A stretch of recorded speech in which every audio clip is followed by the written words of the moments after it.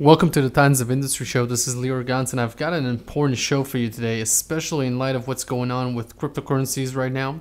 While the economy looks to be growing in the US, Europe, and Asia, supported by low inflation rates and record low unemployment on one hand, and on the other hand, we've got a record high central bank $15 trillion balance sheets, a real distinct wealth gap, an opportunity gap in the US, and plenty of political divide. Today, my guest is Andrew Zatlin, who is a brilliant markets economist.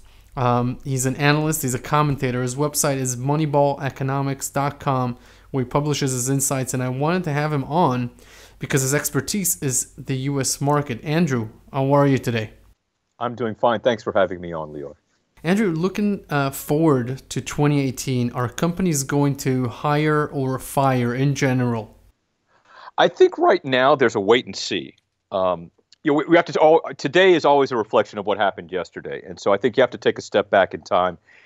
Under Obama administration in the U.S. in particular, you had this slowing down. Are we going to go into a recession type of situation last year? When Trump got elected, it was a totally new economic environment. It was going to be a more pro-business environment. And so there was this moment of exhaling where businesses said, aha, I can do certain things and expect that to pay off. And so hiring really kicked off.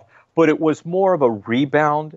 We haven't really advanced. I don't think it's just hiring. I think if you look at global trade in general, if you look at what we're buying and selling, the movement of goods, we really have just rebounded to a 2015 level of business. That's all we've done. Prices are up a little bit. That's great. Oil's up a little bit. Semiconductor prices are up a little bit. But if you look at the actual volumes, we're in a steady state. We're just seeing organic growth. And so the question is, what comes next? What's going to move things forward? What's the next tailwind? And right now, it looks like a tax cut in the U.S. is going to be one tailwind that will drive the global economy. And that's key because if you look around, you're seeing the EU slow down and you're seeing China slow down. So who is going to carry that baton next? It looks like the U.S. is ready to step in. It all comes down to a tax cut. But we have to also recognize we're almost 10 years into a cycle. And this is a special cycle. We've got a lot of new technologies coming out and so on. But we still have to recognize it's long in the tooth. And so what that means is for the most part, we're kind of limping along. We're trying to grind out a little bit more growth. So the tax cut is within that framework of how do we keep things going for the next year, 2 years? China, for example, slowing down incredibly, and that has a blowback on, for example, Europe. Europe for the past 2 years, what have they been doing? They've literally been spending $60 billion a year taking money out of the public coffers to deal with migrants. That's fading now. And so their growth is starting to slow down and wind down as well. A lot of people don't recognize that, but when you talk about taking $60 billion and pumping it into the economy, you're talking about housing migrants, feeding them. That's been a really, really huge wave for Europe, but it's winding down. China, the same thing. There's only so much they can do now with keeping their economy going, and it's all driven by their debt, and they're stepping on the brakes with their debt, I should say credit. And so it really comes down to what's happening in the U.S. will drive the next year because U.S. marginal growth will boost the rest of the world. Why is the savings rates in the U.S. so absurdly low, in your opinion? What is it about the culture that allows it to be under 3% and at an historical low, not even 10 years after the greatest recession since the 30s? I like the way you said culture because it really is a hallmark of American culture to spend, spend, spend. But as you noted, in a normal environment, when the savings rate goes low, that can be one of two things. It can be a positive. Hey, people are spending because they expect to be able to make up the difference in the near future. Or it can be a negative. People are having a difficult time making ends meet, and so they're having to save less. I fall into the camp that's a little bit more glass is half empty. I believe that based on the data, when you look at wage growth, it's slowing down. When you look at all the other variables that are coming in, we just had a hurricane, so that's going to hit some of the savings rate in general as people try to rebuild. But in general, if you look at the past year, we have been on a downslope, a sharp downslope in terms of wages. There's not as much money coming in, filling the pockets. At the same time, if you look at household finances, less money coming in the household finances, you've got more costs. Oil's back up tickling $60. Food's back up. Even though they say there's no inflation, if you pull that apart and look at the real underlying, if you go beyond the headline numbers, you realize there's a lot of inflation everywhere. And so if you're a household, you're actually getting squeezed, and that's showing up in a lot of places. This is the holiday season for the U.S., so this is a big spending season, and this tends to catapult next year. What happens in this quarter determines a lot of the hiring, a lot of the firing. For example, in the first quarter is sort of a reflection of how well are the small businesses doing. So there's a lot of spending today that's going to influence decision-making tomorrow. So let's take a minute here and talk about spending today. We just went through the U.S. consumers just spent Cyber Monday and all this wonderful Black Friday spending. Basically, a huge amount of spending just happened. And expectations are for this year to have the same growth as last year. And that sounds great. That sounds great, except you got to pull back a second. That assumes an extra day. And when you think about this, this is a 30-day period. So if you say we're going to spend as much as we did last year, it's the same level plus 3-4%, well, that includes an extra day, not just an ordinary day. It includes an extra weekend day. So in essence, you're going to see a lot of headlines that say, wow, this has been a great year compared to last year. It's phenomenal. And I take a step back and I say, yeah, well, it's because you're cooking the books a little bit. You're throwing in an extra day of spending. You're throwing in also a particularly wonderful day because it's going to be an extra Sunday when everyone's out spending. And so you're sort of pulling in from the following few weeks of spending. So there's going to be some book cooking that's going to get everyone excited. And then the reality is going to hit as we go into the first quarter. And that reality is everyone's tapped out. So that's why the savings rate is down, I think, is everyone's running around spending like everything's great because there's this confidence going on in America. There's optimism. But the reality is, if you boil it down, optimism's great. It keeps the consumer spending. But going back to your first question, does it also translate into business investment in hiring and not? And I track hiring at the company level. That's one of my bread and butter things that I do. And I do that because I come out of the corporate world. I come out of an environment where really, if you're going to be growing, you're going to hire more people. And you're going to hire those people in advance of your growth because, hiring's a little tricky, but also because you can see future growth, and so you can build for that growth, or you can lay off depending on if that growth doesn't come. And so I track hiring because that really is a great window into knowing at the company specific level, and then at the sector and macroeconomic level, are we really growing? And where are we growing? And what I'm seeing right now is that, well, there was a huge surge in hiring, and that's leveled off over the past couple of months. And so while we have this confidence, people are spending. The reality is, if you're a business, if I've got a factory, I'm going to make so many widgets. I don't care what they're priced at. If the demand for those widgets is only this many, then I'm only going to make this many, and I'm only going to hire to make that many. And that's what's going on right now is, to be honest, even though we've had this reflation, oil prices are up, steel prices are up, the amount, the volumes being delivered hasn't really increased substantially. And so it hasn't really translated into a lot of hiring. Now, could that change next year? Sure. I mean, a lot of what's going on right now is you've got waiting for tax cuts and understanding how that will affect me as a business, and should I spend today or should I wait a little bit? Well, pension funds, for example, are saying, heck, if you change the way I'm being taxed next year, I better buy a lot of things this year in the credit markets because that changes my tax position, and I better do some things now. So that's pumping up the markets for the past month or two. Because if you buy a lot in the credit market and you're a pension fund or you're a mutual fund, you also have to offset that with buying in the equity markets. So they've kind of been playing this game, but come January, it'll be a different game. Bottom line, businesses are hiring, but they're not really hiring as much as you would expect for this confidence game. It could change next year. Again, tax cuts come in, people start, stepping on the gas a little bit as they get a little bit more clarity. But at the same time, it all comes down to everyone has a car in the U.S. Everyone has a smartphone. They're not going to buy another car. They're not going to buy another smartphone. It's a replacement cycle. And that, I think, is actually around the world what the rest of the world is also facing, especially in China. Everyone has the stuff they need. And so as we get more into a replacement cycle, that's organic growth. That's 1 or 2%. And so now you're at the level of doing bad things to get that next level of growth. Again, the tax cut is one of those, I won't say bad things, but it falls into that segment of we're going to do something in the short term to make growth happen. And we're already there with the auto industry, where they're starting to try to squeeze to get a little bit more juice, but the heyday's already gone. We're already tipping over. So the U.S. economy is strong. China economy is strong. It's just the growth isn't really there. So I don't really expect a lot in the way of hiring. In fact, Lior, can I throw out one little data point? I love being in the weeds, but not everybody likes to get in the weeds with me. Can we get into the weeds for a second? Sure. Okay.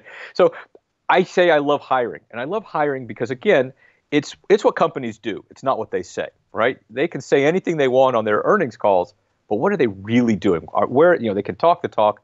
Are they walking the walk? Now, we have exactly one metric that we can believe in when it comes to hiring. Well, except for my own data, and that's jobless claims. And the reason jobless claims are something to watch is it's not a modeled number. It's not a made-up number. Someone had to come in and say, I don't have a job. There's a piece of paper. It's also comprehensive. It's every city in the U.S. It's fairly timely, too. It's on a weekly basis. So it gives you a real good finger on the pulse of the economy. And it works in some basic ways. Companies are growing. They're going to hire more and fire less. So it's the flip side of growth that you're looking at when you look at jobless claims.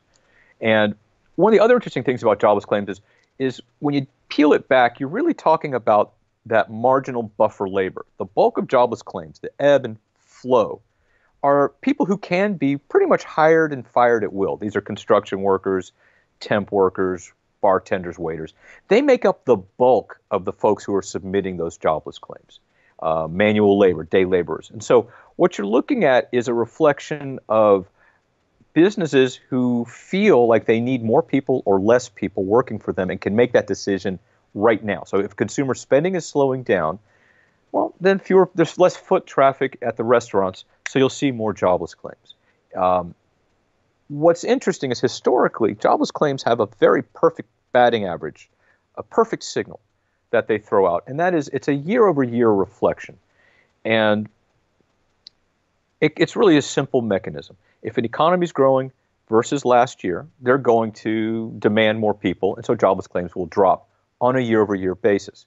Historically, when that year-over-year threshold, we'll call it parity, when we get to parity, when this year's jobless claims are the same as last year's jobless claims, the economy has stopped growing. It hasn't contracted, but it's stopped growing. Now, if that continues, well, historically, every single time, and by the way, it's not hyperbole, it's not an exaggeration. Every single time we get to a point where jobless claims are at the same level as last year, guess what? A recession is 9 months away.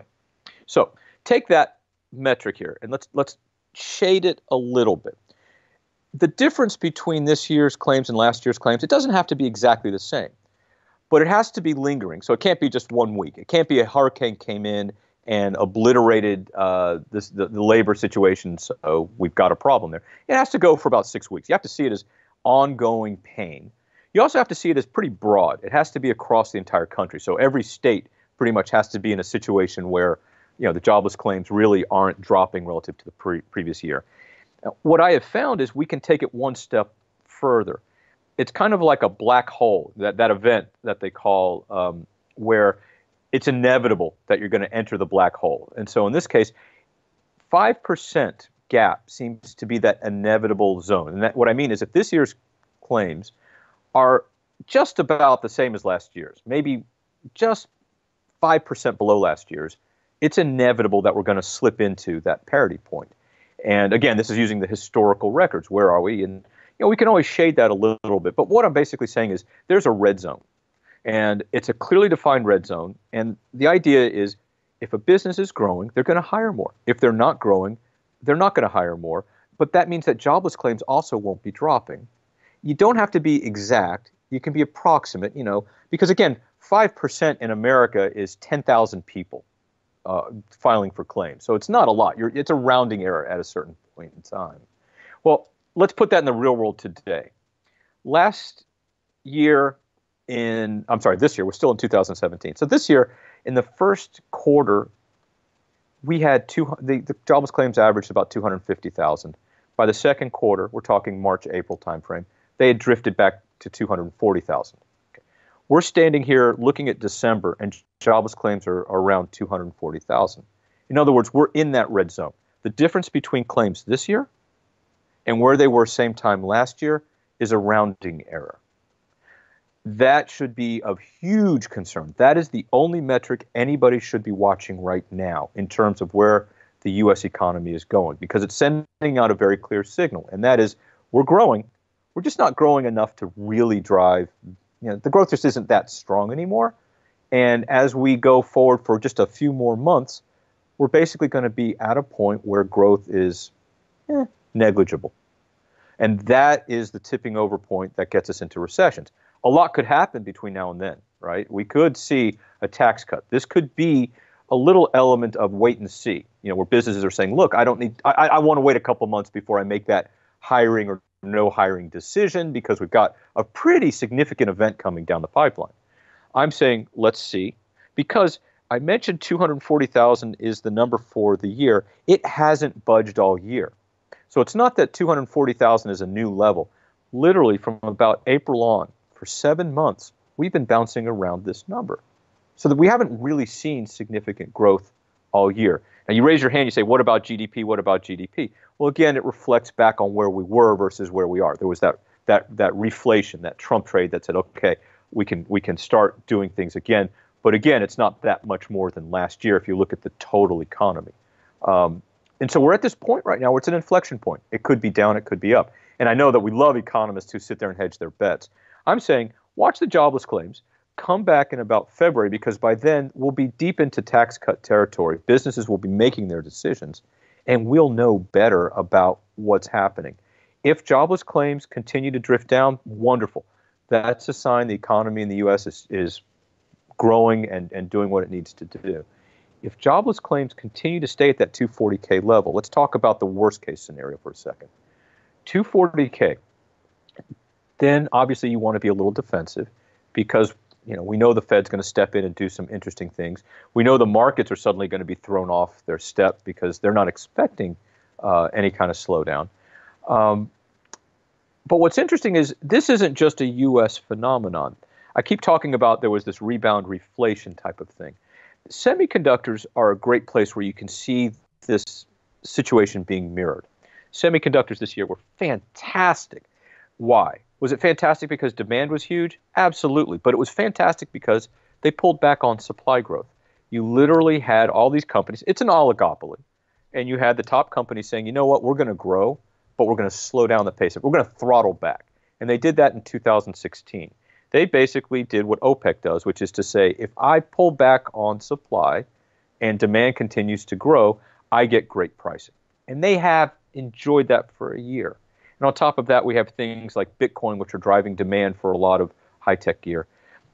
Well, we're going from a period where we're seeing almost 30% growth in 2017 for semiconductors. They're expecting 3% growth in 2018. It's a huge collapse. And then they're expecting to contract in 2019.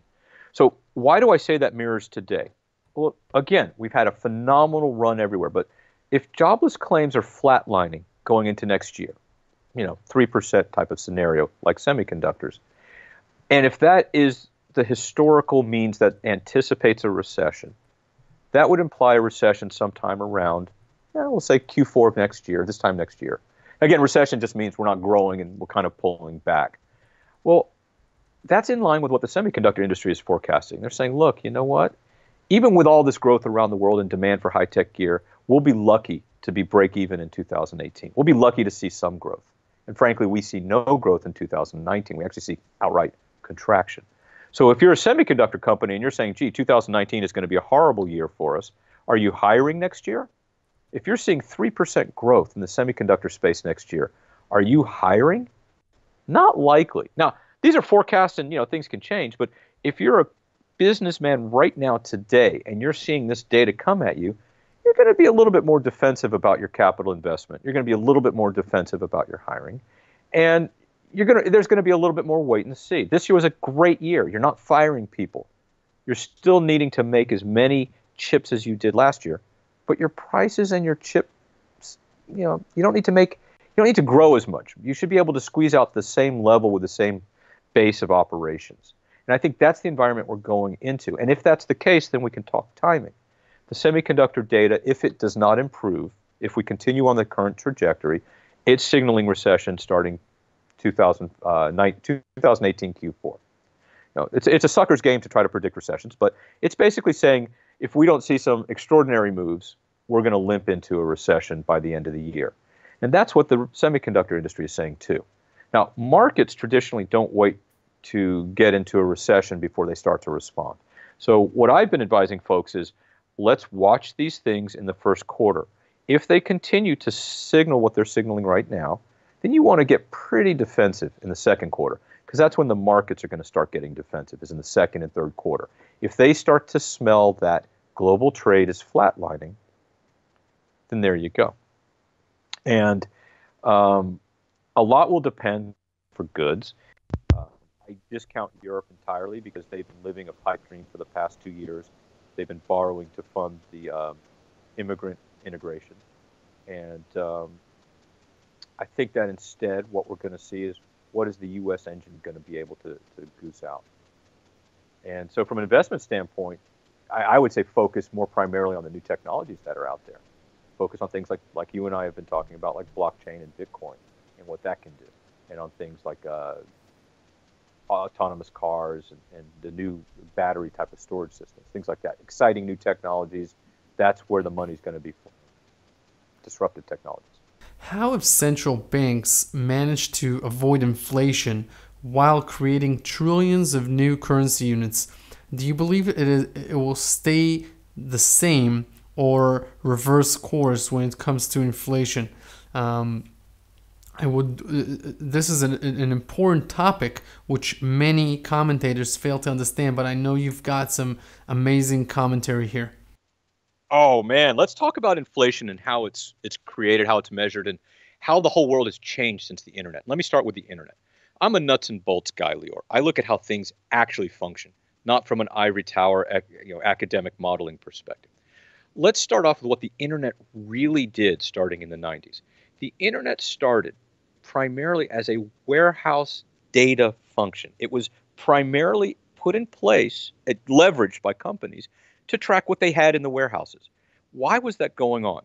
Well, when you look at the business cycle, what you're really looking at are companies hiring and buying stuff, putting their capital goods to work, and then they either step on the gas or step on the brakes depending on what their customers are telling them.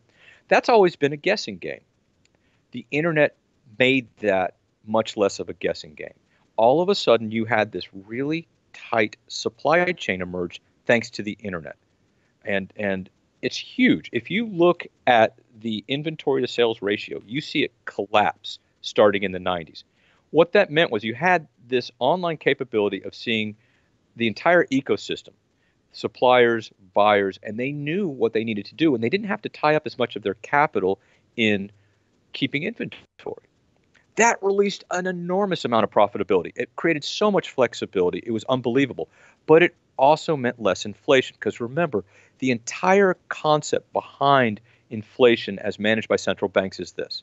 If I signal inflation going forward by messing with the rates, you as a business will sit there and say, well, wait, my prices are about to go up in a couple of months. Let me stockpile now in advance of higher prices. That is the mechanism for inflation. Buy today in anticipation of higher prices tomorrow. That then kicks off a wave of production and things like that. There's a lot of expectation built into that. Well, the internet is inherently deflationary because it's providing new sources of supply. China happened to be kicking into the global economy around that time. So all of a sudden, not only do you have a better methodology of tracking parts and product, you have a new supplier suddenly emerging, China. So now you have more competition. India as well. you suddenly had for services an opportunity to compete. Remember, India and the Philippines are huge call center sources of operation. How is that possible? Because of voice over IP, which is an internet technology, because of just internet in general, emails, information flowing back and forth in real time, not having to guess. And so the internet came in and it's disrupted all economic models. And remember, everyone at the Federal Reserve who's in charge, they got their PhDs well before the internet existed. They don't understand these changes. In their models and their perceptions of how the global economy functions, they can't conceive of the internet and the huge impact it's had. So on the one hand, it's done one thing, again, which is to enable this huge level of communication between buyers and sellers. And that, in effect, brings prices down because, let's face it, in today's world, if I'm a business, if I need that part, I can go online and I know for a fact what I can get, when I can get it, and what price I'm going to pay. And I can create a lot. There's a lot of competition out there. So it's really hard for the Fed to get me to forward invest. Why bother? I don't need to. Prices are going to come down anyway, especially with a country like China, which likes to export their deflation, creates deflation. Well, add in another thing, and that's the cloud. Remember, there's a lot of capital investment going on. I used to work at Cisco Systems, and the name of the game was to get customers to overinvest in Cisco equipment. We'd sit there and say, okay, it's kind of like buying a stereo system back in the day when I was a kid. You had all the different components, and the guy would say, okay, you got to buy your amp. Now, these speakers, you got to buy speakers. Get speakers that are more powerful than you need today because you're going to eventually upgrade your amp. And so that's what you did. You always bought more than you needed. That was the name of the game at Cisco. Buy this, buy more memory than you really need, more bandwidth, because eventually you'll use it. That was a lot of the forward investment that a Cisco was playing a game with. Well, the cloud shattered that. And the cloud did another thing, which is now it's like a utility. I can plug in like I can for electricity, get what I want, when I want, and pay by the drop. It's destroyed the high-tech industry, but remember that a lot of capital spending was high-tech equipment and software. That's why you're seeing the Ciscos of the world, the Intels of the world, the Oracles of the world struggle to make ends meet because all this spending has been consolidated and made more effective and efficient. So you've had these waves of deflation going on, and it doesn't work with the Fed. So you've got the Fed not understanding that the entire foundation of how the supply chain operates has changed, and that for at least the next decade, we've got a lot more competition going on. Then you've got another element, which is this cloud, which again enables a lot lower spending. And remember, if I'm not buying a router, a server, or something like that, then I can take that, it turns that capital spending into OPEX, and now I've freed up my money. I've got better cash flow, and I can spend it in different ways. And you know what I'm going to do? I'm going to buy back my shares. So we've been seeing a lot of behaviors that are deflationary. We've been seeing a massive structural change in the economy, and we're still seeing it. That's why there are 6,000 storefronts in the U.S. that are retailers that are going out of business because U.S. consumers have realized, why pay a middleman? I can get better pricing and availability thanks to the internet, and that's very deflationary. The other thing is how deflation is measured. What's interesting is if you look at inflation and you go below the headline number, one of the reasons that inflation hasn't been there boils down to exactly one sector. And it's fascinating when you look at this and you shake your head and you're like, how can the Fed really say what they say? Telecommunications bills have been dropping year over year 10 to 14% for about 2 years. Now that single-handedly is keeping the CPI down. So the way they're measuring this inflation is in and of itself a whole academic discussion of, is that the right way to do it? But in essence, we have inflation well over 2%, close to 2.5% to 3%, except it's being held back because, in theory, my cell phone bill has been going down 10% every month. And that's it. So all of a sudden you realize if you take out telecom spending, in the cell phone, we have huge inflation, runaway inflation. And everybody knows this. Everybody knows that we have inflation in the U.S. I mean, rents are out of control. Food is much more expensive. You've got oil now at 60, whereas it was at 40 last year. How can we talk in terms of there not being a huge run? And in fact, trucking is kind of an interesting element when we talk supply chain. 70-something% of everything shipped in the U.S. goes by truck. And so I track trucking costs because eventually trucking costs drive the cost of everything in the US. And guess what? Trucking costs have surged 30% this year. That's a huge jump. Huge. 30% jump. And that's trickling through the economy. So to say we don't have inflation is really saying, on the one hand, we've had structural deflation. But on the other hand, there are some measuring problems that are going along with this. We have inflation. It's not at the level that we would expect. Let's face it, when you goose this much liquidity, sitting here and arguing about, geez, are we at 1.8% inflation or 2.5% inflation, misses the point. We should be at 4 or 5% inflation, right? We should be a lot higher. Why aren't we a lot higher? So my answer to that is, well, because there's a breakdown between the money that's being thrown into the market and the way it traditionally affected the economy and how the internet's disrupted that. But there's inflation there because you can't throw this money out there without it occurring, and it's going into the speculative areas of asset. It's bidding up assets, especially housing. I mean, housing's ungodly, ridiculously bubbly. It's going into the stock market. So it's going into other areas of the economy, which, you know, we're back to, again, the over exuberance, and the Fed knows exactly what's going on. In fact, it's interesting. I have a little bit of insight into that. Living in the Bay Area, Wells Fargo is based here. Wells Fargo being one of the big banks in the U.S., Wells Fargo being a major player in the real estate mortgage market. Starting last year about this time, the Fed went to the banks like Wells Fargo, and they tapped them on the shoulder, and they said, we're kind of concerned about your real estate holdings and the share that they have. You're kind of like a preliminary, if we did a stress test, we would be concerned kind of conversation. Now, in reality, what the Fed was saying is stop supporting the real estate market. It's too bubbly. Stop it. Slow it down. And so now it's a little bit trickier to get a mortgage in the U.S., but, you know, it hasn't worked. I mean, real estate prices are continuing to surge. The Fed is now back to where they were in 2006. They know everything's over-leveraged. They know that prices are out of control. And so the question, if you're an investor, is what do I get next year? How do I lock in my forward gains? You know, if the Fed recognizes that we're in a tricky place, then that's way historical. The Fed's always late to the party. If we are in a tricky place right now, how do I, you know, what should I expect? If everything from the tax cut, for example, is priced in, what do I do for next year?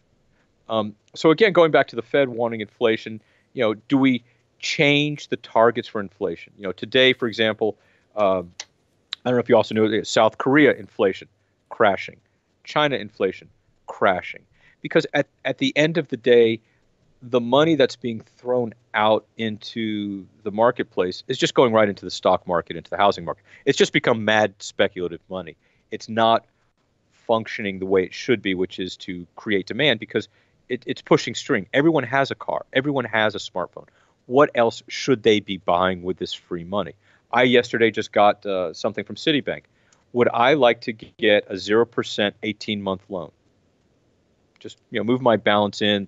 They'll charge me a nominal amount, and guess what? I don't pay anything for 18 months. My God, that's amazing, you know? Sure, why not? I'll buy a new car or something like that. That's what they're hoping to see. But why should I buy a new car? I already have one. You know, so you've got all this free money floating around. Well, if you're going to charge me 0%, the stock market's up, you know, 15% for the year, why don't I borrow at zero and arbitrage it? Put it into something that'll get me 2 or 3%. And that's, you know, or buy a house or something like that. Or maybe I buy some Bitcoin. That's kind of where we are right now. Is we do have inflation. It's just not as severe as it should be with this money, and that's because all the assets have been, all the non-real estate type of assets have already been, you know, purchased. Nobody really needs anything anymore. It's a replacement economy. Is there a correlation between the performance of the S&P 500 and jobless claims over the long term? What is it telling us? Okay, so that's another one. What I have found is historically, again, that the stock market is rational. And we could say it's not because it's so high. If you strip out the FANG stocks, those Facebook, Apple stocks, you'll see the market has been pretty rational in terms of pricing the stocks. And in general, the S&P 500, what I found, and I track this, if you take if you look at jobless claims and you track it back to sort of a business activity signal, ultimately that's what jobless claims are, and ultimately that's what the S&P 500 is as well. It is a measurement of expectation of business opportunity.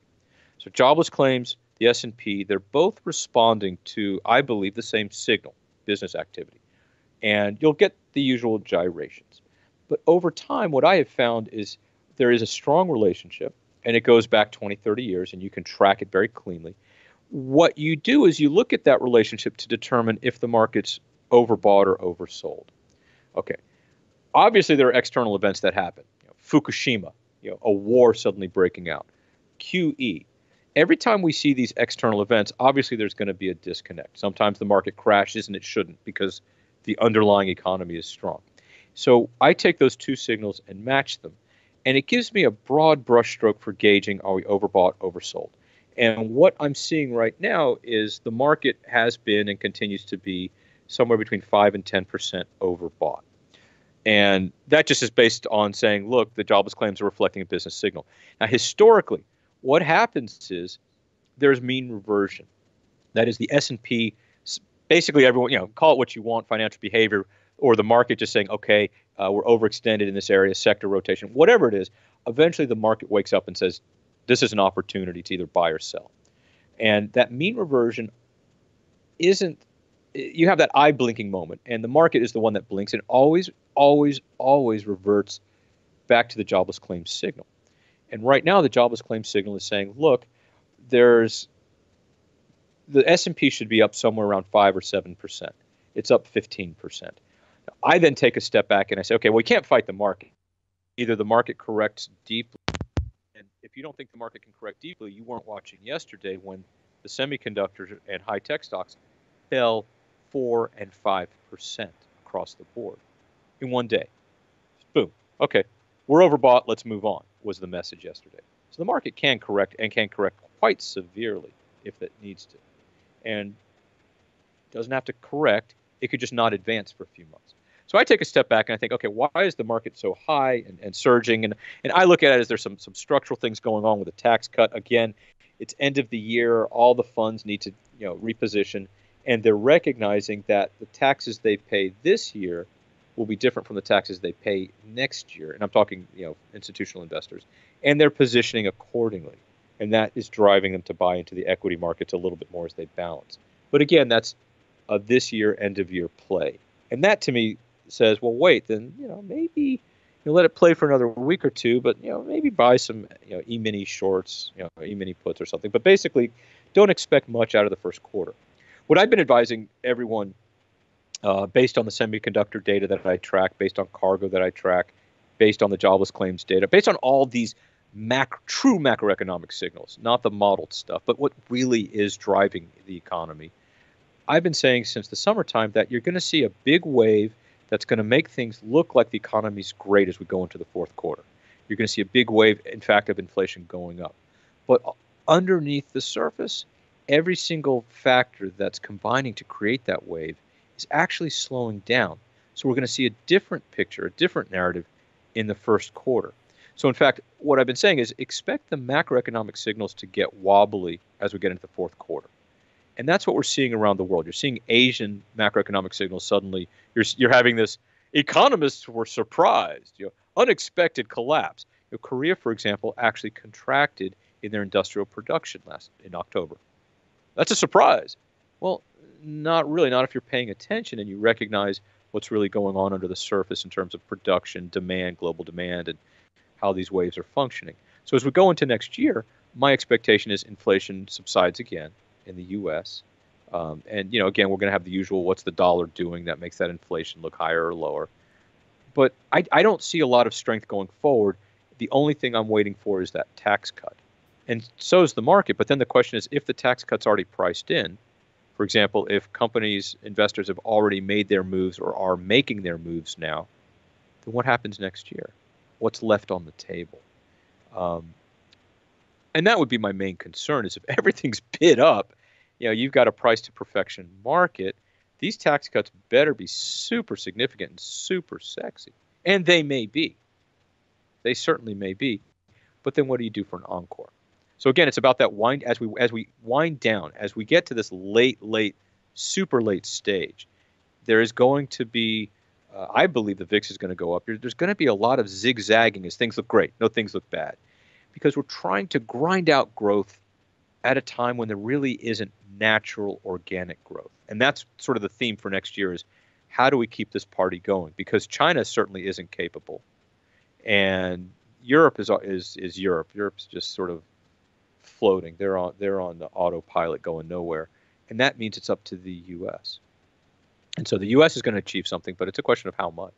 So again, the S&P 500 is tracking the broader economy. It's a little bit overstretched right now, again, according to the jobless claims signals. But I think everybody knows that. It's just nobody wants to leave the party when the music's still playing, except I think some smart investors are starting to exit. And they're getting out a little bit early, so they might leave a couple percent on the table. But again, if you can see a 5% one-day correction like we saw yesterday, if that extends to the broader market, then that's the smart group to follow. So I'm basically saying, get a little defensive. Just, make sure that you are positioned well. It's kind of like being at that roulette table. Make sure you've got a little bit of money, one chip even on the 000, because, just in case. Let's talk about cryptocurrencies. Certainly at this point, they do not act as currencies yet. None of them do. It's still too early, and they're still trying to determine their identity. A currency is an efficient medium of exchange and store of wealth, and so they're on their way, but not there yet. They perform neither of these well right now and act as a speculative vehicle as to whether or not they will achieve that currency status one day. Wealth Research Group has been early with many of them, so we've made important gains and life-changing gains with Bitcoin, Ethereum, Dash, Monero, Steam, Litecoin, but I'd like to know your thoughts on them. Oh, I'm sitting here in Silicon Valley, and let me tell you, man, cryptocurrency is a fact. Blockchain is a fact. It is not going away, not with what can be done with it. But let's take a step back. What is the right perception of Bitcoin and Ethereum and all the other cryptocurrencies? What's going on there, and how should we look at them? Should we look at them as an investment, as a risk management tool?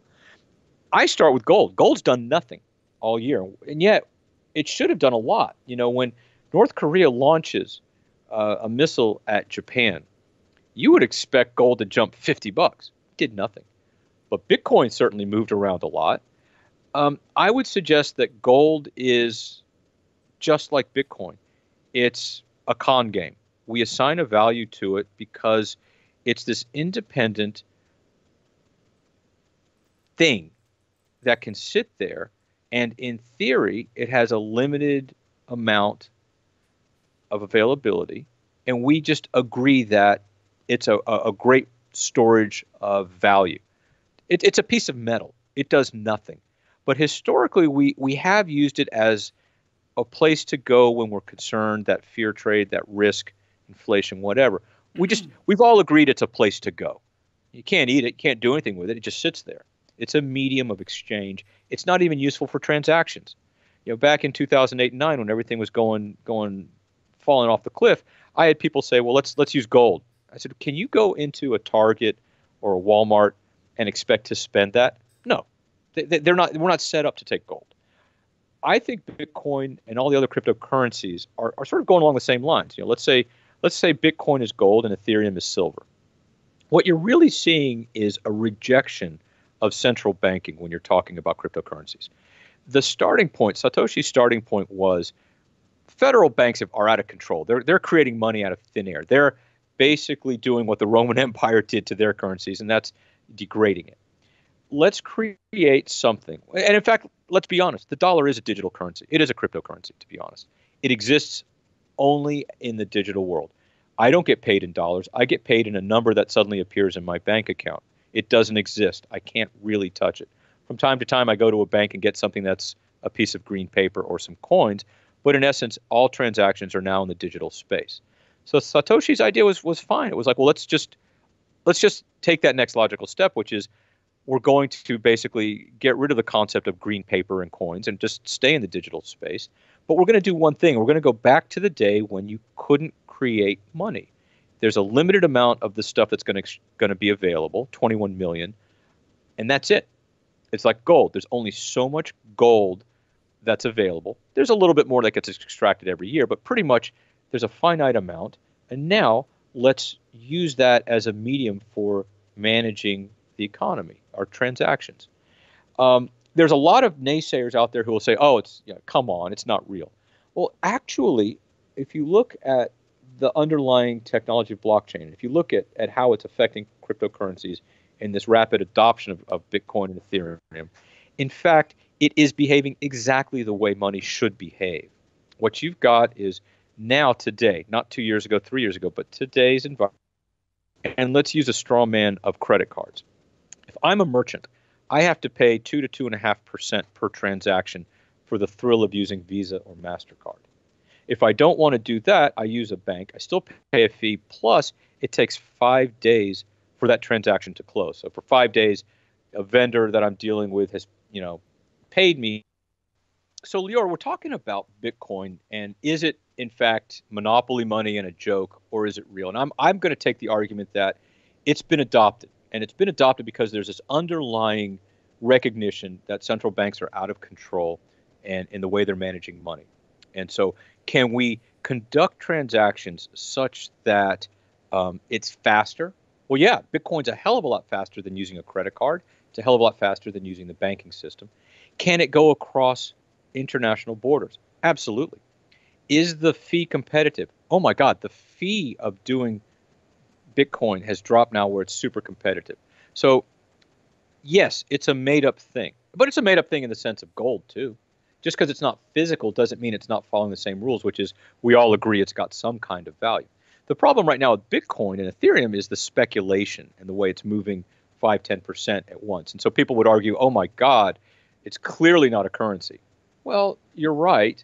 That is severe, but that's early stages of a new currency. The reason I think it's going to be adopted is, quite frankly, because the U.S. has dominated global trade with the petrodollar for so long that there are rivalries. The euro was one attempt to be a rival.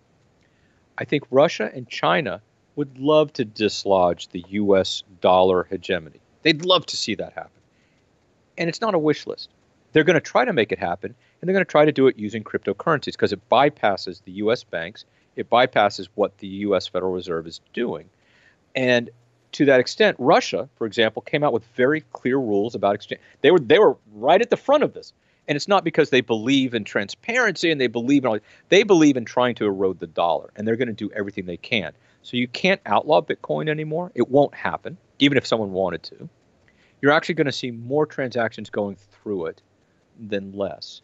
Right now, we're at that tipping point of acceptance as a means of transaction in the broader economy. Now, that's where things are a little bit dicey right now, but you're starting to see it move in that direction. And really, that's a foundational structural thing. How easy is it for me to buy? How easy is it for me to convert into my local currency, which makes it viable, right?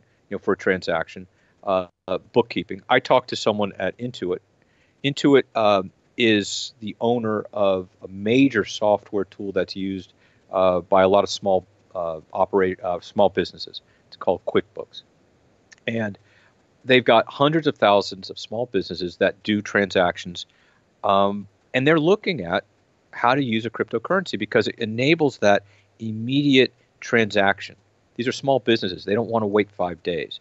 And this is a way to enable a transaction to close immediately and more profitably, and that's a margin booster. So you've got businesses suddenly recognizing, every year, this is tens of billions of dollars that are bled out of the system that goes to Visa and MasterCard, simply because we've got an alternative way of conducting a transaction. And merchants are saying, well, wait, that's 10, 20, 40, 50, $100 billion that could go back into the economy and not be bled out. Why aren't we doing that? So that's the viability. There's another element here, and it's the technology that's behind currency that's getting people excited, and that's the blockchain technology. And again, it goes back to that ability to close the ledger, ability to track a payment easier. And that is what has banks happy. Banks are very unhappy with cryptocurrencies because they see exactly what it is, which is a rival means of conducting business. This is why you're hearing J.P. Morgan, Dimon saying, "Oh my God, I'll fire anybody who does this." No, you won't. The banks are sitting there and they're going to poke holes at Bitcoin and Ethereum till the cows come home because it is their rival. They're not sitting there protecting the consumer or business and saying, "Be careful, you might get caught out." They see a rival. They don't like the rival. In the technology, they love it because, again, they can fire thousands of people in the back office if you use blockchain to manage your own transactions in today's world. But when it comes to actual cryptocurrencies, they can't stand it. And neither can the Fed because, again, every transaction, cross-border transaction, is watched. Bitcoin and Ethereum go outside. It allows you to do Western Union, mailing remittances around the world untracked. And that's something, you have to be careful of that. In today's world, where terrorists are using whatever means they can to move money, that is scary. So there is an area where you have to raise your hand and say, that needs to be figured out. Right now, it's interesting that the IRS yesterday went to the biggest Bitcoin exchange, cryptocurrency exchange in the U.S., Coinbase, and they said, "You know what? We want you to tell us about everyone doing a transaction over $20,000. Now, remember, in the U.S., you can't take out money that of anything of value more than 10 grand. The IRS is coming in, and they're doing it more because, is this a currency? Is it a speculation? Is it an asset? Are people making money? Is it, are you making money, or are you just trading monopoly money and somehow or other you found some dollars in it? This is a whole new arena, but fundamentally, it's a challenge to the banking system globally, and it's a needed challenge. Because what's been going on, what the Fed is doing and other central banks are doing, is it's terrible. It's not what they're doing benefits the economies by creating price stability. Because I would argue we don't have price stability. Housing prices have doubled again in just 8 years. How is that price stability? How does that create price predictability? It doesn't. What it does is it actually moves money into the hands of banks. Well, cryptocurrencies are a direct challenge to the banking empire. Imagine a world where the cost of doing a transaction is cheaper today than it was yesterday. That's what cryptocurrencies are saying, is you can now do things cheaper. Well, if you got rid of your Visa and MasterCard, would that be a good thing? Well, for me, I like using credit cards because it's just an easy way of conducting business. I don't pay anything, or so I imagine. The reality is I am paying something because the merchant sits there and says, if I've got to take a MasterCard or a Visa credit card, I have to pay a fee to them for this card swiping machinery. And I've got to pay a fee for every transaction, and it's a royalty fee. So I lose money. So how do I compensate? How do I offset? I raise my prices. So even though I like the idea of using a credit card and I imagine that it's saving me money, the reality is no, I'm paying for it in the form of higher prices. I would imagine if I didn't use a credit card or I had a different way of conducting business, a Bitcoin credit card, and I say that quite seriously because I imagine that to emerge in about a year or two. If there was a Bitcoin-based credit card where the transaction fees were a couple of pennies, oh my God, the nature of the economy would change. You'd see the banking industry suddenly struggle, but everyone else suddenly win. So I see this as a shot across the bow, as a positive, healthy development. This is a huge technology. And then meanwhile, in the background, you have blockchain and what it can do for businesses and so forth. I see this as an amazing technology. I see this as a huge rivalry. And I think you're going to see the banking system try to slow this down. The incumbents don't want this. They absolutely don't want the competition that Bitcoin presents. And so you're going to start to see the Federal Reserve, the Treasury, IRS is part of the Treasury, and you're going to see the banks, I'll use the word collude because that's what it is. They're going to claim that the system can't handle this shock, and there's going to be efforts to try and reduce the scale and scope of what Bitcoin can and can't do, which creates a lot of worries for the speculators and investors out there. But the problem for the Fed and the Treasury and the banks is that the rest of the world wants this. The rest of the world is tired of a U.S. dollar. Now, whether we can, in the U.S., I'd like to keep the U.S. dollar strong because, hey, That's my quality of life we're talking about. The fact that everything trades in a dollar gives me an advantage in terms of how I live my life. If Bitcoin succeeds, it means the U.S. now has to compete around the world, much the way the euro has had to compete or the yen has had to compete. And that's not as good for U.S. citizens. But that's exactly why the rest of the world wants Bitcoin. They can get away from what the Fed's been doing with interest rates and the way the Fed moves or doesn't move. And that shifts power centers. If you're China and you're now the number one or number two global economy, why should you be beholden to the U.S. Fed? Why should you even imagine that, right? Well, because the rest of the world does transactions in dollars. Well, what if you can say the rest of the world can do transactions in the yuan? No, we don't trust you, China. We know exactly what you do with the yuan, and so we don't want to trade in the yuan. That's where China is right now.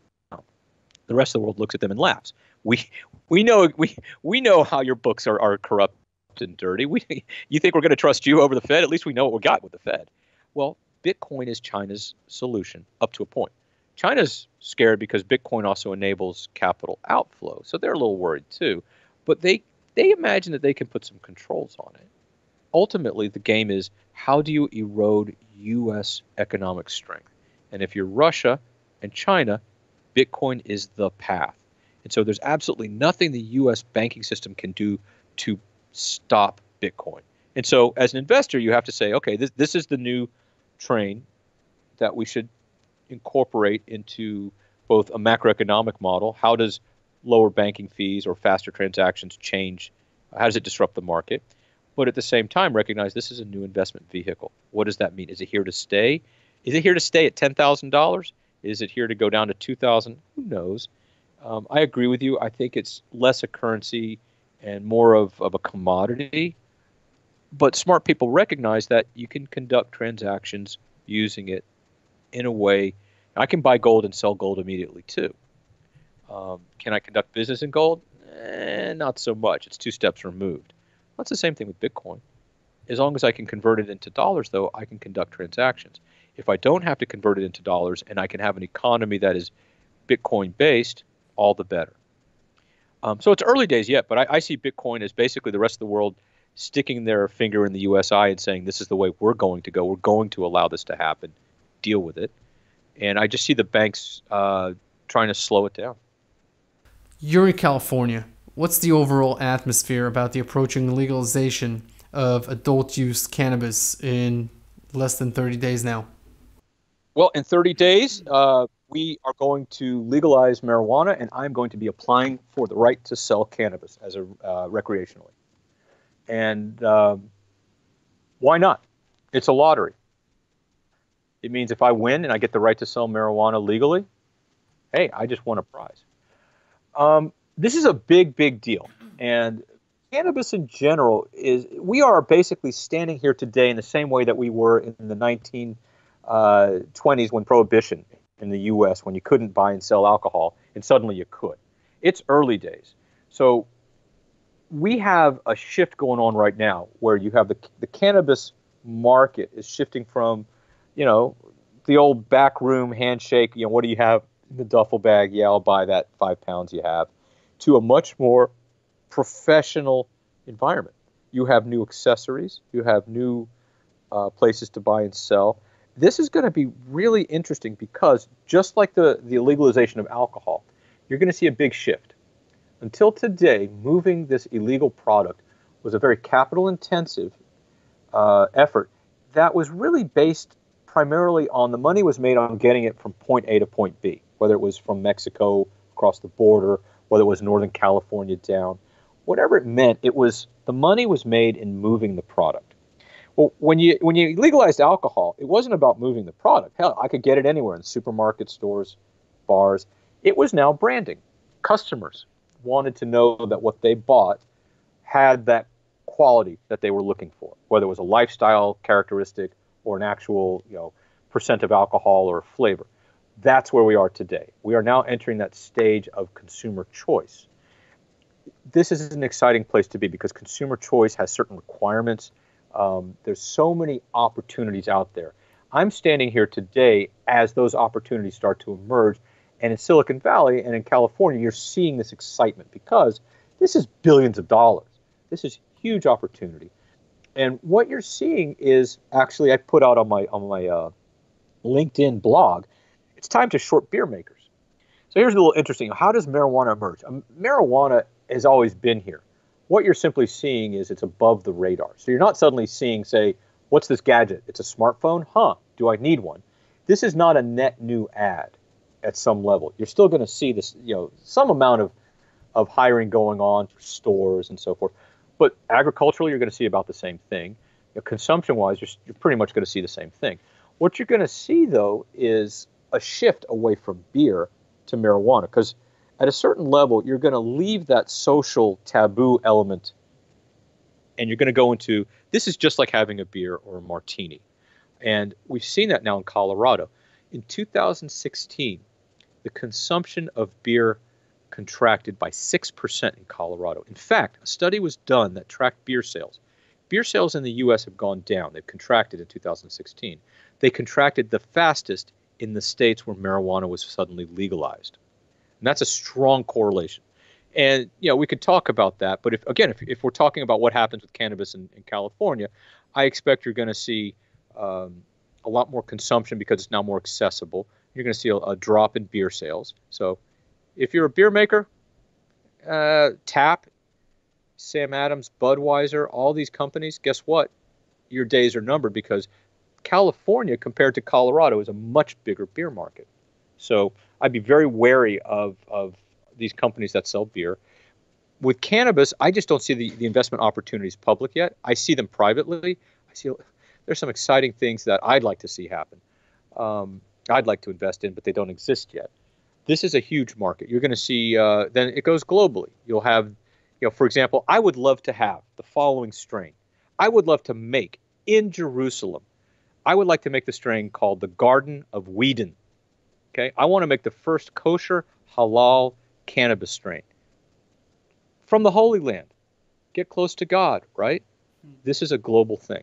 Israel will have a marquee brand for marijuana, because you can sit there and say it's grown, from the Holy Land. Why smoke anything, else, right? You're going to start to see this globalization trend. You're going to start to see, for example, the same way we saw with rum.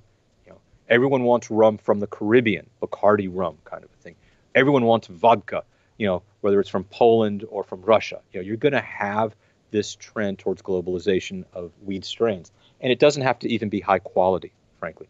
It's going to be more of that characteristic, that lifestyle characteristic. So Garden of Whedon, coming from Jerusalem, the Holy Land. Let's get it stamped, both koshered and halal, and I guarantee you the Chabadniks around the world will be smoking it. Where can people check out more of your work? I have two places you can come. One is the Moneyball Economics, and that's a free website where I take data and show people what's going on in reality and where the opportunities might be as an investor. Also, South Bay Research is my institutional-facing arm. SouthBayResearch.com and MoneyballEconomics.com. Andrew, thank you very much for coming on. Thanks, Leora, and happy investing, everyone.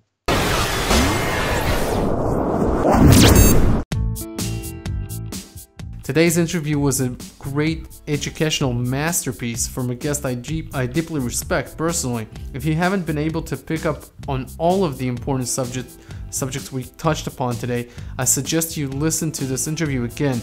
Many of the topics that Mr. Zatlin touched upon are subjects that we cover on wealthresearchgroup.com on the newsletter.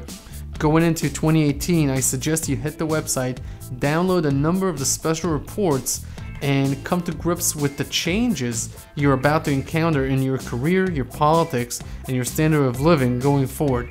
Go to wealthresearchgroup.com/special-reports or go to wealthresearchgroup.com/freedom for my essential 5 steps needed to reach financial independence. As always, thank you very much for joining us and tuning in, fortifying your financial fortress and getting ready for 2018.